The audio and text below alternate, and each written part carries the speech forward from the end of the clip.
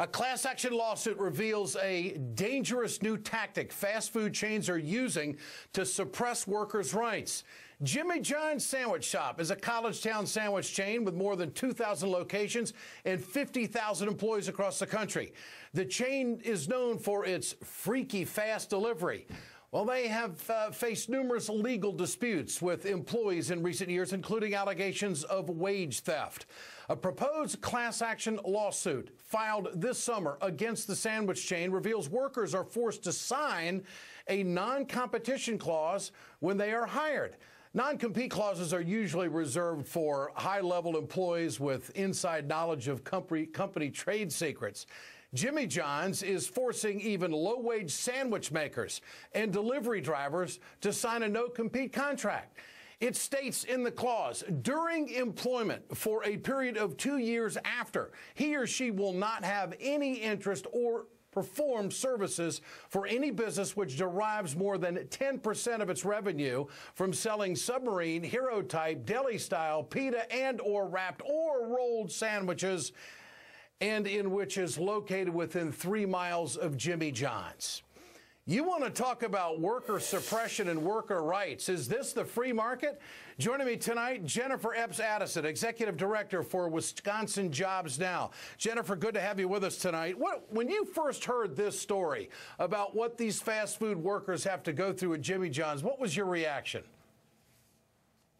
Well, I was shocked at it. It's a totally ludicrous and ridiculous idea that you would force your underpaid employees who are already complaining about not having enough voice on the job, to sign a non-compete agreement that is, as you stated before, usually reserved for top-level CEOs and executives that have insider knowledge and have bargaining power and negotiation power with the company. Clearly, their underpaid workers, their delivery drivers and sandwich makers are not in that position. And that's why over the last year and a half, not only have those workers gone on strike for a living wage, but they've also been demanding union recognition so that they actually have a seat at the table.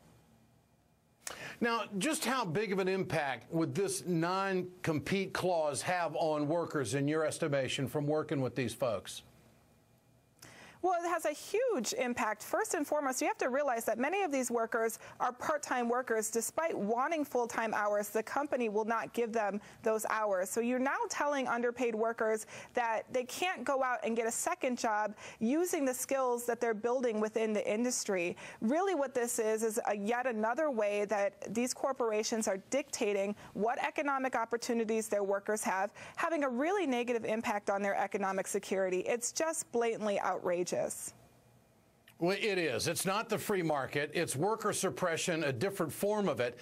And what's scary about this is that something like this can become the industry standard. There might be another chain across the street that says, well, you know, Jimmy John's is doing this and their employees are signing it. Why don't our employees go ahead and sign it? We'll do the same thing. And this would suppress the movement of workers, especially in an area where they don't have the upward mobility to be able to move because of their income to start with.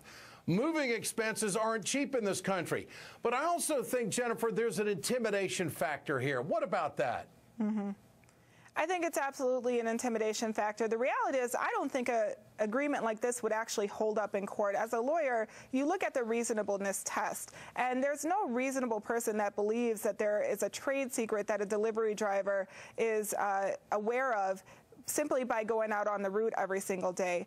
But workers don't know that. And I think Jimmy John's is relying on the fact that if it comes down from corporate, workers will sign it, and workers won't know that they have other avenues or legal options. Unlike the CEO, my guess is that most Jimmy John's workers do not have a lawyer on retainer to consult about this information. It's why it's so important that these workers have a voice on the job. It's why they're demanding union recognition, because I guarantee you that if these workers were allowed to unionize without the retaliation that they're fighting against right now, that this type of agreement would never come to fruition.